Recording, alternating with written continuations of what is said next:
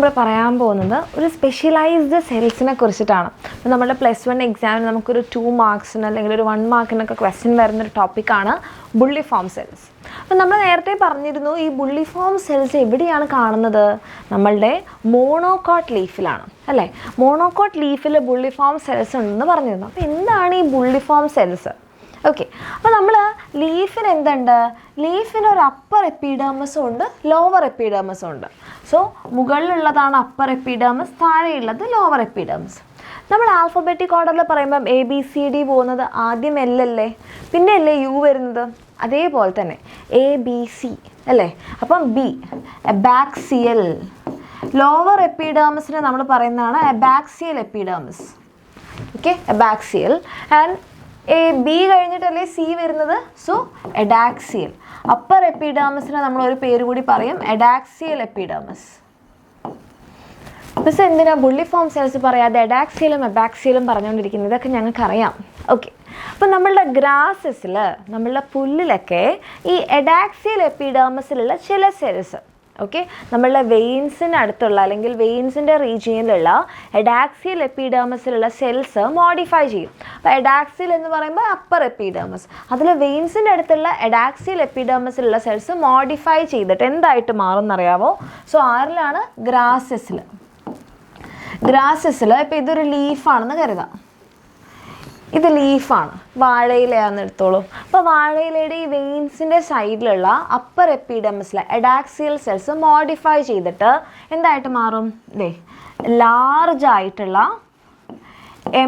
ആയിട്ടുള്ള, അതിനകത്തൊന്നും ഉണ്ടാവില്ല, large colourless, okay, colourless cells ആയിട്ട് മോഡിഫൈ ചെയ്യും. ലാർജ് കളർലെസ് സെൽസ് ആയിട്ട് മോഡിഫൈ ചെയ്യും. ഓക്കെ, ഈ സെൽസിനെയാണ് നമ്മൾ എന്ത് പറയുന്നത്? ബുള്ളിഫോം സെൽസ് എന്ന് പറയുന്നത്.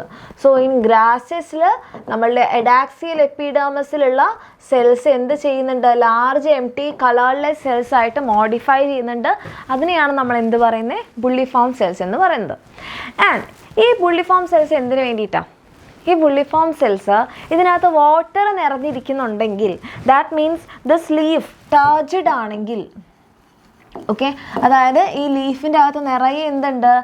ഈ ഒരു ബുള്ളിഫോം സെൽസ് നിറയെ വാട്ടർ ഉണ്ട്. ഇത് ഫില്ലായി നിൽക്കുകയാണെങ്കിൽ ഇതെന്ത് ചെയ്യും? ലീഫിനെ ഇങ്ങനെ എക്സ്പോസ് ചെയ്യും, നിവർത്തിരിക്കും.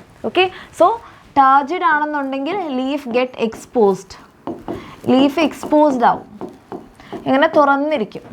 ഓക്കെ, നമ്മുടെ ഗ്രാസ് ആണെങ്കിൽ ഗ്രാസ് എന്ത് ചെയ്യും? ഇങ്ങനെ തുറന്നിരിക്കും. ഇവിടെ ബുള്ളിഫോം സെൽസ് ഇങ്ങനെ തുറന്നിരിക്കും. ഓക്കെ, ആൻഡ് ഇവിടെ ഇപ്പോൾ വാട്ടർ കിട്ടാനില്ലാത്ത കണ്ടീഷനാണ്. ഇത് ടർജ്ഡ് ആണെങ്കിലുള്ള കാര്യമാണ് കേട്ടോ.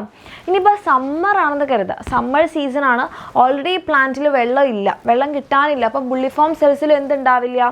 വെള്ളം ഉണ്ടാവില്ല അല്ലേ? അപ്പോൾ വാട്ടർ ഇല്ല, വാട്ടർ സ്ട്രെസ്ഡ് കണ്ടീഷനിലാണ്. പ്ലാന്റ് എന്താണ്?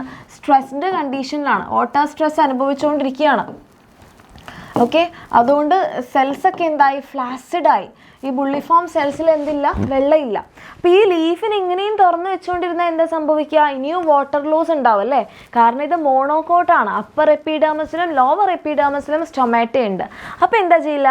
ബുള്ളിഫോം സെൽസ് ഇങ്ങനെ കേൾ ചെയ്യും. ഓക്കെ, സോ നമ്മളുടെ ലീഫ് ഇങ്ങനെ കേൾ ചെയ്യും, നമ്മളുടെ ബുള്ളിഫോം സെൽസ്. അപ്പോൾ നമുക്ക് എന്ത് ചെയ്യാൻ വേണ്ടി പറ്റും?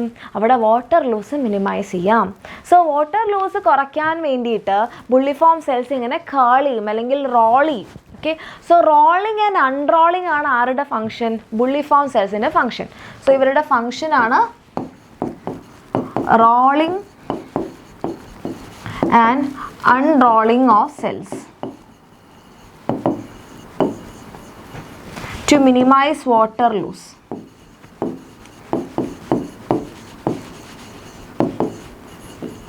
വാട്ടർ ലോസ് മിനിമൈസ് ചെയ്യാൻ വേണ്ടിയിട്ട് ഇങ്ങനെ റോൾ ചെയ്യുക, വെള്ളം ഇല്ലാത്ത സമയത്ത് ഇങ്ങനെ റോൾ ചെയ്ത് ലീഫിന് എന്ത് ചെയ്യുക? വാട്ടർ ലോസിന് കുറയ്ക്കുക, വെള്ളമുള്ള സമയത്ത് ഇങ്ങനെ എക്സ്പോസ് ചെയ്യുക. ആ ഒരു ഫംഗ്ഷനാണ് നമ്മളുടെ ബുള്ളിഫോം സെൽസിനുള്ളത്. Okay, so that is bulliform cells.